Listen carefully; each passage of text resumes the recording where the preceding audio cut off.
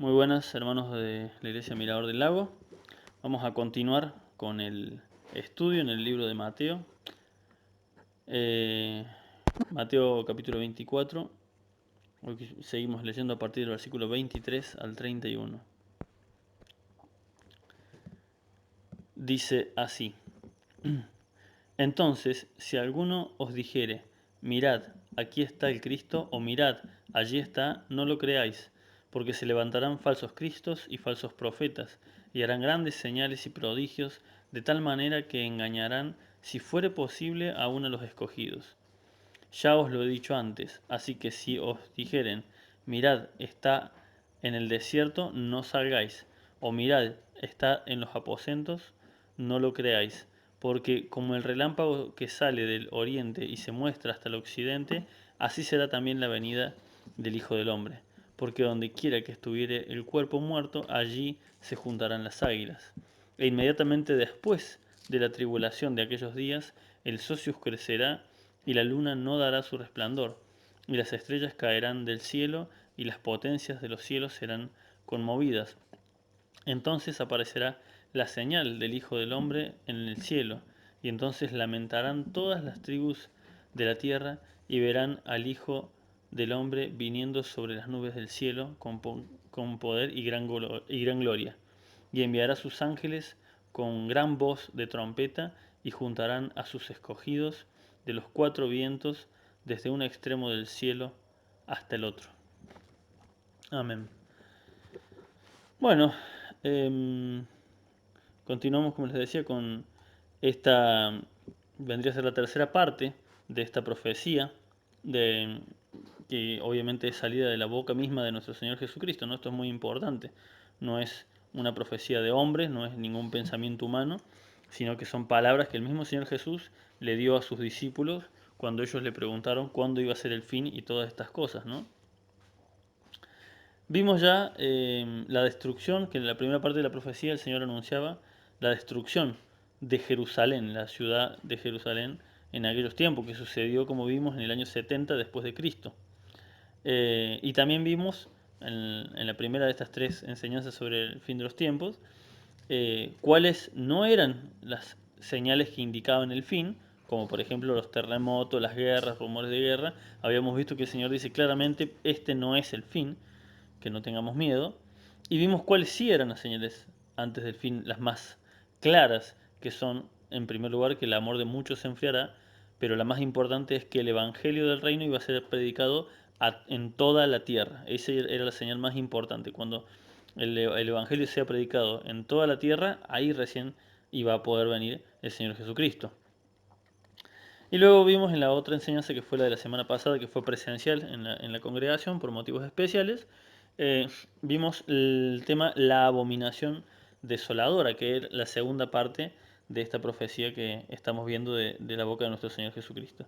Y vimos que la abominación desoladora estaba dividida, sino que no que estaba dividida, sino que es una profecía de triple cumplimiento. Se cumplió en el año 167 a.C., se cumplió nuevamente en Jerusalén en el año 70 después de Cristo, en la destrucción de Jerusalén, y la última se va a cumplir en el Apocalipsis. La abominación desoladora marca, en el libro de Daniel, marca precisamente el momento en el que se divide la tribulación de la gran tribulación. La abominación desoladora es la que marca precisamente esa división.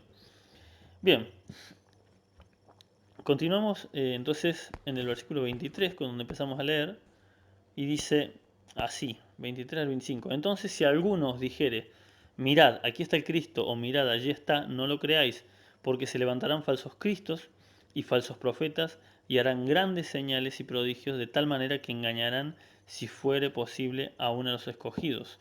Ya os lo he dicho antes. Y sí, si recordamos, en el versículo 5 el Señor ya de este mismo capítulo ya nos había dicho precisamente de que iban a venir falsos cristos, lo cual no es por nada que Jesús se tome el trabajo de repetir esta advertencia que ya vimos anteriormente. Esto es importante porque esta señal de la venida de falsos cristos, falsos mesías, iba a suceder en el principio de la iglesia y durante toda la historia de la iglesia, una y otra vez, sobre todo en estos últimos tiempos. Esta profecía, esta advertencia, perdón, acerca de los falsos cristos era válida para los discípulos, que era a quienes él estaba hablando directamente, válida para los primeros cristianos, porque los primeros en ver un falso Cristo fue en el libro de Hechos, capítulo 13, vemos que aparece este hombre llamado Bar Jesús, que significa hijo de Jesús, y el cual obviamente era un hombre malintencionado que se estaba haciendo pasar como por Cristo, y bueno, el apóstol Pablo ¿cómo se llama? Con el poder del Espíritu Santo lo deja ciego para que quede en evidencia de que era un falso profeta, ¿no? Y también es válido para nosotros en estos días, no solamente para ellos. Eh, Se levantaron muchos falsos profetas y falsos cristos, obviamente a lo largo de la historia de la humanidad, pero sobre todo, al principio de la iglesia primitiva y en una época donde más se levantaron después de la iglesia primitiva fue precisamente en el sitio de Jerusalén, antes de la destrucción. Como sabemos y como ya vimos, el Señor Jesús nos advirtió que cuando veamos guerras, rumores de guerra, que no nos asustemos porque esas no son señales del fin, que no nos alarmemos por esas cosas porque no indican el fin, que haya guerra, que haya rumores de guerra. Precisamente cuando hay guerras, cuando hay terremotos, cuando hay cataclismos, lo primero que hacemos es empezar a pensar en el fin de los tiempos. Y el Señor nos dice claramente que no es así. Bueno, eso pasó cuando la ciudad de Jerusalén fue sitiada y fue un momento, dicen los historiadores, donde aparecieron muchos falsos cristos. Tenemos que entender que para los judíos el Cristo, el ungido de Dios, no había venido para muchos de ellos. Para la mayoría de ellos, ellos todavía estaban esperando el Mesías. Entonces ese momento en el cual Jerusalén es sitiada y está a punto de ser destruida, ellos creían verdaderamente de que en ese momento iba a aparecer el Cristo que ellos estaban esperando, el Cristo político que los librara del yugo romano, ¿no? Entonces fue una época donde surgieron muchos falsos profetas, falsos cristos, obviamente ninguno de ellos era el Señor Jesús, y todos terminaron muriendo en el mismo sitio de Jerusalén. Pero falsos cristos, como habíamos visto en otra enseñanza anterior, no necesariamente quiere decir imitador de Jesús. Cuando pensamos que en el fin de los tiempos van a venir falsos cristos, obviamente se nos puede venir a la cabeza estas personas que dicen yo soy Jesús resucitado. En realidad cuando vemos a estas personas, que por lo general suelen ser personas que se dejan el pelo largo, la barba, a veces simplemente tienen algún parecido con alguna película que hemos visto de Jesús, y se dejan estas túnicas blancas y ellos dicen que son Jesús. Es muy raro que la gente los vea como un Cristo resucitado, por lo general los vemos como unos loquitos, ¿no? No representan realmente una amenaza para el Evangelio, porque tanto cristiano como católico como testigo de Jehová, todos cuando aparece uno diciendo yo soy Cristo, yo soy Jesús resucitado, en realidad la mayoría lo vemos como unos loquitos. Tienen un grupito de seguidores, qué sé yo, pero es mínimo, no es grande el impacto que suelen tener estas personas que hacen estas payasadas, ¿no? Pero recordemos que acá cuando el Señor dice la palabra que usa Cristos, es, significa ungido, o sea, falsos ungidos, falsos elegidos, quiere decir, falsos salvadores. Y eso sí que podemos ver en la actualidad que se han levantado muchísimo. ¿Mm? Esto pasa a nivel iglesia, sí, pero también pasa a nivel mundial, no en el sentido religioso de lo que significa un ungido, un elegido, un salvador. Este último siglo XX, anterior a donde estamos ahora, que es el siglo XXI, han surgido varios falsos salvadores, falsos mesías de la humanidad, a pesar de que no sean ni cristianos ni de ninguna religión en particular. En la iglesia evangélica obviamente tenemos a los apóstoles de hoy en día, a los profetas falsos, a todo esto que sabemos que hay en las iglesias de falsa doctrina, falsas enseñanzas. Y bueno, ellos son precisamente falsos cristos porque quieren decir falsos ungidos, ungidos mentirosos, falsos profetas. ¿Por qué la palabra ungido o elegido? Porque ellos dicen eso. No, el Señor me mostró a mí una revelación especial y en realidad no tenemos que adorar a Cristo, tenemos que adorar al Espíritu Santo. O tenemos que enfocarnos en establecer el reino de Dios en la tierra. Y cada uno tiene, bueno, su propio, ¿cómo se dice? Su propia doctrina torcida. Pero esos son los que tenemos, los falsos cristos y falsos profetas que tenemos dentro de la iglesia evangélica. Aún dentro de las iglesias cristianas de sana doctrina, aún ahí los mismos cristianos se forman falsos cristos, falsos ungidos. ¿Por qué? Porque a veces, como confiamos en algunos predicadores de sana doctrina, yo he escuchado gente decir, no, porque lo dice tal predicador, entonces es así. Y es verdad, puede que sea un muy buen predicador. Hay ejemplos de buenos predicadores, hay muchos. Por ejemplo, John MacArthur, Paul Washer, todos estos hombres, yo mismo he seguido mucho tiempo, Chuy Olivares. Pero lo cierto es que son personas, por más que prediquen la sana doctrina, no están exentos de cometer algún error, pueden cometer algún error bíblico sin mala intención, pueden estar enseñando una doctrina sobre el fin de los tiempos que no es la más precisa ni la más correcta, pero el problema es el fanatismo de muchos que como consideran, no, bueno, pero este es de sana doctrina, no, pero lo dijo tal predicador o tal escritor, lo dijo, ¿cómo se llama este? Spurgeon, lo dejó escrito Spurgeon. Y como lo dijo Spurgeon, es Spurgeon, así que no hay lugar a duda de que es la verdad absoluta. Esto es un peligro verdaderamente dentro de las iglesias de sana doctrina, ¿no? Cuando una persona dice así, claramente está más fanatizada con el predicador que con lo que dice la palabra de Dios. Nosotros también nos armamos nuestros falsos ungidos dentro de la iglesia, así que hay que tener mucho cuidado, sobre todo haciendo lo que estamos haciendo, que es estudiando en profundidad la palabra de Dios. No podemos dar como absoluta la opinión de un hombre, la verdad absoluta es la palabra de Cristo. En el caso de la Iglesia Católica, ellos tienen a su propio falso Cristo, su propio falso ungido, que es precisamente el Papa Francisco. En este momento, antes era otro Papa, ahora es este Papa. Hoy en día el Papa está siendo, si bien la mayoría de acá de Argentina no lo quiere, pero lo cierto es que en otros países más progresistas el Papa está teniendo un impacto bastante fuerte porque quiere unir a todas las religiones y amalgamar todo en lo que conocemos como el ecumenismo, ¿no? Y no importa de qué religión seas, de qué raza, de dónde vengas, todos podemos llegar a tener algo más o menos en, en común. Y bajo ese eslogan de supuestamente buscar la paz y la armonía y el amor, que sabemos que obviamente el que está detrás de eso es Satanás, porque es mentira, no podemos mezclar a Cristo con las demás religiones, no tienen nada que ver. Dentro de la religión musulmana, por ejemplo, ellos tienen a su propio profeta, que para nosotros obviamente es un falso profeta, que es el profeta Mahoma, ¿no? Y así cada religión tiene sus propios falsos cristos. Por eso no necesariamente quiere decir que son imitadores de Jesucristo o que dicen que son Cristo. Son simplemente falsos elegidos que hasta la misma gente la levanta al darle importancia. Pero esto no, como les decía, esto no es a nivel solamente iglesias, esto es a nivel mundial, porque los ateos también tienen sus falsos cristos, también tienen sus elegidos, sus salvadores según ellos, que son por lo general filósofos e intelectuales. Muy rara vez alguien de trabajo es el ídolo de un ateo, pero por lo general son filósofos, pensadores, intelectuales, gente que no tenía nada que hacer y se puso a pensar ideas. Uno de los más conocidos en la actualidad y que ha influenciado a gran parte de la decadencia de la moral actual es el famoso Karl Marx, que es básicamente el impulsador de la doctrina socialista comunista en los partidos políticos. Un hombre que literalmente no trabajó en su vida y que dejó morir a dos hijos de hambre para no trabajar. Bueno, ese es un ídolo para muchos ateos que creen en esa doctrina, ¿no?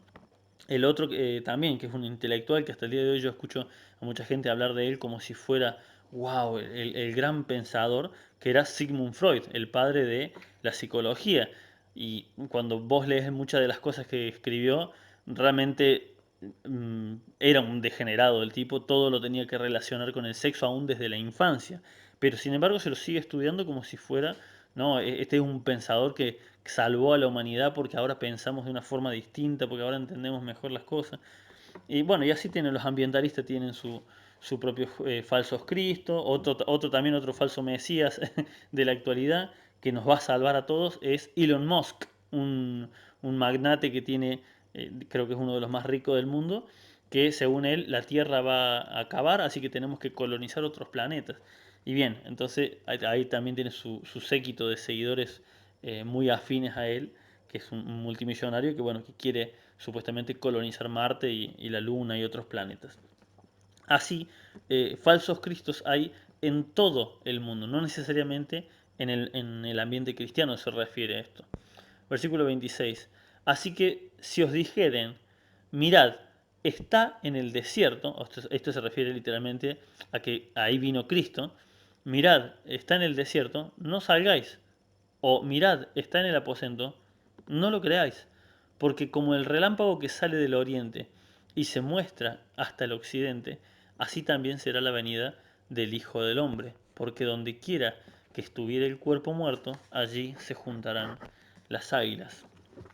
Y aquí claramente el Señor nos dice que no hay ningún motivo para preocuparnos, ni siquiera, fíjense que dice, si te dicen, allá está Cristo en tal lado, ni salgas a ver, no vayas, no mires, no tiene sentido. No solamente no te tenés que preocupar, no tenés que prestar atención a estos falsos Cristos, estos falsos ungidos, porque la venida del Señor va a ser absolutamente clara y visible para todo el mundo. No hay una sola persona en el mundo que no vaya a ver a Cristo. Cuando surge un falso Cristo, hay que estar enterándose por medio de otras personas, por medio de las redes sociales, por medio de la televisión. Y el Señor Jesucristo dice, no, cuando yo vuelva va a ser tan visible que me van a ver, dice, como un rayo. Dice, a ver cómo es que dice. Eh, dice, porque como el relámpago que sale del oriente y se muestra hasta el occidente, así será la venida del Hijo del Hombre. Normalmente cuando nosotros estamos en tormenta, en un día de mucha tormenta, lo primero que solemos hacer es obviamente resguardarnos, meternos adentro de la casa y escuchamos los refusilos, los truenos, pero no solemos ponernos a ver. Pero me ha tocado estar varias veces afuera, viniendo caminando hacia mi casa o yendo hacia algún lado cuando se ha alargado una tormenta fuerte y cuando salen estos rayos estos relámpagos, ¿no? Que cubren el cielo entero. Seguramente alguno recordará cuando le ha tocado estar a la intemperie en un día tormentoso. Literalmente ese momento, esa décima de segundo, cuando pasa ese relámpago, todo se hace de día. Literalmente podés ver las plantas, el piso, todos los árboles con la misma claridad y tal vez hasta más fuerte que en la luz en el mediodía. Es impresionante cuando esos rayos bien grandes, estos relámpagos alumbran todo en el medio de la tormenta. Bueno, dice que así como ese rayo alumbra absolutamente todo y lo ve todo el mundo en cualquier lado, porque cubre todo el cielo, así va a ser la venida del Señor. Así que no hay motivo ni siquiera ni para preocuparse ni para prestar atención a todos estos falsos cristos. Ahora, el versículo 28 es bastante complicado. Fíjense, dice, porque donde quiera que estuviere el cuerpo muerto, allí se juntarán las águilas. Esta frase, este versículo, es complejo, ¿por qué? Porque estuve leyendo y resulta que ha traído, no problemas, porque nunca fue un problema, pero sí que los ha dejado con la cabeza rascándose a muchos pensadores desde la época de la iglesia primitiva. Es una frase célebre, solemne que dijo el Señor, pero que hasta el día de hoy no se sabe exactamente a qué se referían. Hay varias teorías de a qué se refiere y puede ser una la correcta, como pueden ser todas las correctas porque todas son válidas. ¿Qué significa esto? Dice, donde quiera que estuviera el cuerpo muerto, allí se juntarán las águilas. Como les decía, no les puedo decir exactamente qué significa porque los distintos pensadores no saben qué decir exactamente, pero sí han surgido varias interpretaciones de esta frase. La primera y la más cercana a ellos, que fue en el año 70, cuando Israel fue destruida, el símbolo que tenían precisamente los soldados del Imperio Romano era el águila, ¿no? Y los soldados del Imperio Romano, no todos, sino los que estaban ahí en Jerusalén, sitiaron la ciudad, literalmente rodearon toda la ciudad de Jerusalén y, y cuando pasó esto se consideró de que ahí se estaba cumpliendo la profecía esta que dice porque donde está el cuerpo muerto, refiriéndose a Israel como nación, porque ya eran una nación muerta, ya no tenían nada que hacer, querían renacer como nación, pero ya estaban al borde ahí de la muerte. eh, Se consideró que que el cuerpo muerto, que significa literalmente el cadáver, donde perdón, me trabé. porque donde quiera que estuviera el cuerpo muerto, allí se juntarán las águilas. Bueno, en la iglesia primitiva se interpretó como que fue precisamente una profecía de esto que pasó, de que los soldados del Imperio Romano rodearon la ciudad porque tenían ese logo de las águilas en el escudo, ¿no? Eh, pero obviamente hay otras interpretaciones que son más bíblicas. Por ejemplo, en el libro de Apocalipsis, capítulo 19,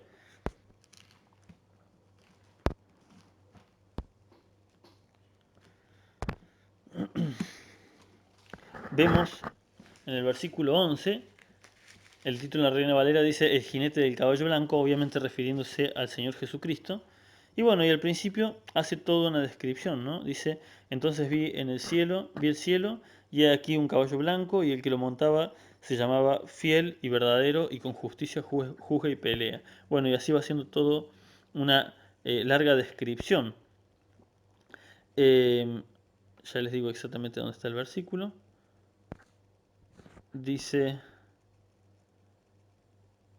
versículo 17, y vi a un ángel que estaba en pie en el sol, esto se refiere a la segunda venida del Señor, y clamó a gran voz diciendo a todas las aves que vuelan en medio del cielo, venid y congregaos a la cena de Dios, a la gran cena de Dios, para que comáis carne de reyes y de capitanes, y carnes de fuertes, y carnes de caballos y de sus jinetes, y carnes de todo libre y esclavo, pequeños y grandes.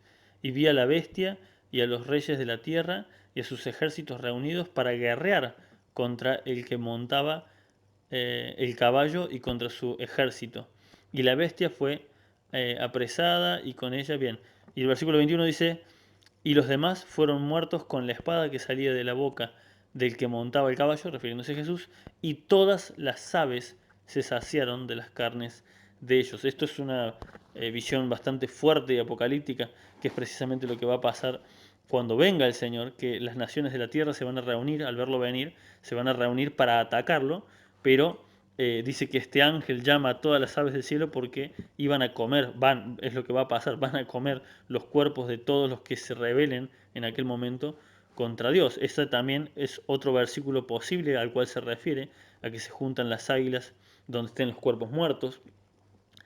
Después hay otra interpretación que también es muy linda, esta es un poquito más agradable, de que, porque cuando vemos en el versículo paralelo, que está, ya les digo exactamente dónde, el versículo paralelo a este que dice, porque donde estuviera el cuerpo ahí se juntarán las águilas, está en Lucas, ¿no? Lucas capítulo 17, 31, y esta respuesta que el Señor le da, la da a una pregunta que le hacen. Cuando el Señor está contando en Lucas esto que estamos viendo en Mateo, alguien le pregunta, ¿dónde, Señor? O sea, ¿dónde va a ocurrir todo esto? Y ahí el Señor le responde, donde estuviera el cuerpo muerto, donde estuviera el cuerpo, allí se juntarán las águilas. Como diciendo de que a dónde va a pasar la venida del Señor, en todos lados. Entonces esto da la interpretación de que el cuerpo muerto se refiere literalmente al cuerpo del Señor Jesucristo expresado en la cena del Señor, y las águilas seríamos nosotros, los cristianos, al participar del cuerpo y de la sangre de Cristo a través de la cena del Señor. Y esto no sería raro de pensarlo que esta sea una interpretación correcta, porque si vemos en Isaías capítulo 40, hay un pasaje donde el Señor se refiere a nosotros como águilas. Fíjense qué interesante. Y precisamente se refiere a nosotros que estamos esperando la venida del Señor. Isaías 40:31 dice, pero los que esperan a Jehová tendrán nuevas fuerzas, levantarán alas como las águilas, correrán y no se cansarán, caminarán y no se fatigarán. Así que hay un precedente en el cual el Señor nos trata como águilas, y bueno, y el cuerpo podría referirse a el cuerpo en la cena, o sea, el pan que comemos en la cena del Señor. Pero hay otra interpretación más acerca de esto del cuerpo y las águilas, que es que el cuerpo somos nosotros, el cuerpo de Cristo, y las águilas son los ángeles. ¿De qué manera? Lo vamos a leer a continuación. Versículo 29. Dice, Mateo 24, 29, dice, e inmediatamente después de la tribulación de aquellos días, el sol se oscurecerá y la luna no dará su resplandor, y las estrellas caerán del cielo, y las potestades de los cielos serán conmovidas. Entonces aparecerá la señal del Hijo del Hombre en el cielo, y entonces lamentarán todas las tribus de la tierra, y verán al Hijo del Hombre viniendo sobre las nubes del cielo con gran poder y gloria. Y enviará, acá está el pasaje exacto, ¿no? Y enviará a sus ángeles con gran voz de trompeta y juntará a sus escogidos de los cuatro vientos, desde un extremo del cielo hasta el otro. Fíjense, versículo 29 dice, inmediatamente después de la tribulación de aquellos días, el sol se oscurecerá y la luna no dará su resplandor, y las estrellas caerán del cielo, y las potestades y las potencias del cielo serán conmovidas. A diferencia de los demás señales de cataclismos, de guerras, de terremotos, que el Señor nos había dicho que no nos asusten porque no son señales del fin, acá nos está diciendo literalmente el Señor que después de la tribulación de aquellos días, de la gran tribulación, va a pasar todo esto. Y esto no es que se va a dar a lo largo de años. Acá claramente nos indica que esto es un evento histórico único.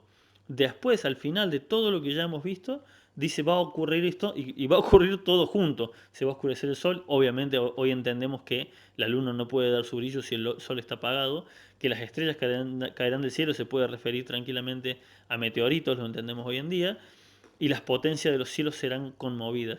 Todo esto es un solo evento que verdaderamente está marcando que en ese momento está viniendo Cristo. No es que algo que se va a ir dando a lo largo de los tiempos, sino que va a ser una señal única, tal vez en un mismo día. Dice entonces, versículo 30, entonces aparecerá la señal del Hijo del Hombre en el cielo. ¿Sí? La señal no quiere decir que aparecerá un símbolo, ¿sí? No es que va a aparecer la cruz, por ejemplo, del Señor en el cielo. La señal, la palabra señal acá se refiere como cuando la Biblia habla de señales y prodigios, que se refiere a la aparición del Señor. Y entonces dice, lamentarán todas las tribus de la tierra. Esto es una profecía también en el Antiguo Testamento, donde se nos dice en el Antiguo Testamento de que cuando vengan a ver al Señor, dice, van a llorar como se llora por el primogénito, dice. Y verán al Hijo del Hombre viniendo sobre las nubes del cielo con gran poder y gloria, tal como decía el Señor, que va a ser algo visible para todo el mundo. Y aquí es, bueno, el versículo 31, la cuarta posible explicación para esto de las águilas, ¿no? Y del cuerpo, dice, y enviará a sus ángeles con gran voz de trompeta y juntará a sus escogidos, esta palabra es muy interesante, escogidos solamente se suele referir a los cristianos, no se refiere a nadie más. Algunos consideran que se refería a los escogidos del pueblo de Israel específicamente. No, la palabra escogidos se suele usar en el Nuevo Testamento para la iglesia de Cristo. De los cuatro vientos, y aquí por hoy terminamos acá, dice desde un extremo del cielo hasta el otro. Bien, en primer lugar, puede que estas cuatro interpretaciones sean correctas. No quiere decir que una de estas cuatro interpretaciones es la correcta y las otras son erróneas. Puede que en esta frase tan misteriosa que dijo el Señor, que los mismos cristianos del primer siglo y los eruditos de todas las épocas no han sabido exactamente a qué se refiere, puede que haya sido una máxima, una palabra llena de sabiduría que dio el Señor y que encaja perfectamente con todo esto, con las águilas romanas rodeando a Israel, con lo que dice Apocalipsis en el capítulo 19, con que el cuerpo de Cristo, el cuerpo es la cena del Señor y las águilas somos los cristianos, y que el cuerpo también es el cuerpo de Cristo, la iglesia, estando en la tierra, y las águilas que son los ángeles recogiendo a sus hijos de la tierra. Eso no les puedo decir esta es la explicación correcta, porque si los mismos que saben mucho más que yo no se ponen de acuerdo, la verdad que yo no sabría cuál elegir. Pero bueno, todas estas pueden ser correctas. Y en segundo lugar, este es un versículo bastante complicadito también porque parece romper con la creencia del rapto pretribulacional, ¿no? Recordemos que los cristianos, sana doctrina me refiero obviamente, ¿no? Sabemos, obviamente es una verdad bíblica, de que va a haber lo que se conoce como el arrebatamiento, cuando el Señor nos va a arrebatar y a llevar con Él. Pero aquí es donde se diferencian nos diferenciamos, no en un tema fundamental para la salvación, pero sí en un tema de escatología del fin de los tiempos, donde no sabemos exactamente en qué orden van a pasar las cosas. Hay algunos hermanos que consideran que el arrebatamiento y la segunda venida de Cristo son un mismo evento. Y este versículo precisamente parece apoyar esto, ¿no? Fíjense que dice, y está hablando del Señor literalmente de su segunda venida. Dice, y enviará a sus ángeles con gran voz de trompeta y juntará a sus escogidos de los cuatro vientos de un extremo del cielo al otro. Entonces precisamente esto es un versículo que se suele usar para decir, no, fíjate que cuando Dios recoge a los suyos es un mismo evento que la segunda venida. Ahora, yo les puedo dar ahora mismo los versículos, que es lo que con esto termino, en los cuales los que creemos que el arrebatamiento más bien va a ser una especie de, por eso se dice el rapto, porque va a ser algo que el Señor va a hacer antes de tiempo y que se le llama el rapto secreto de la iglesia. ¿Por qué creemos lo que creemos que va a ser antes de la tribulación y gran tribulación? ¿Por qué lo creemos?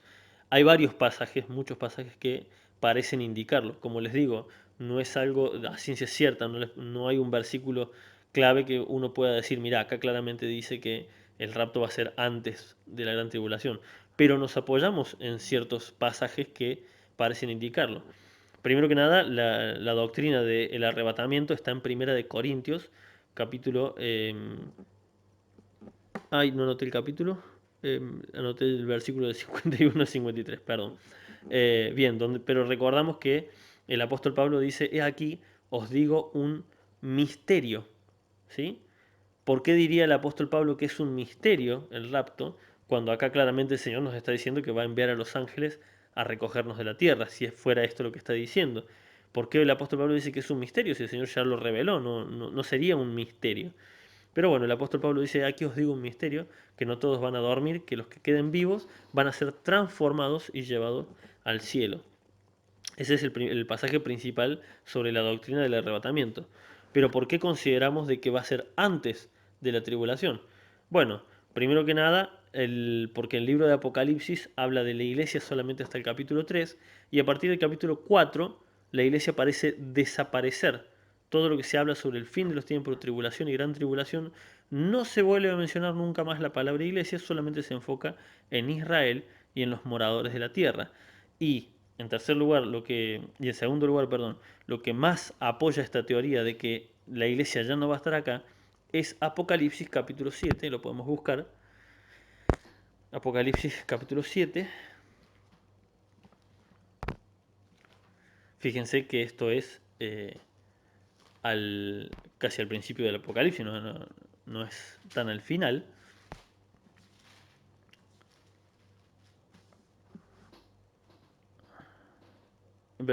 Apocalipsis 7, versículo 13, dice, esto es una visión que está viendo el apóstol Juan en el cielo, dice, entonces uno de los ancianos habló diciéndome, estos que están vestidos de ropas blancas, ¿quiénes son? Esto se refiere a una multitud que estaba ahí aplaudiendo, cantando al Señor.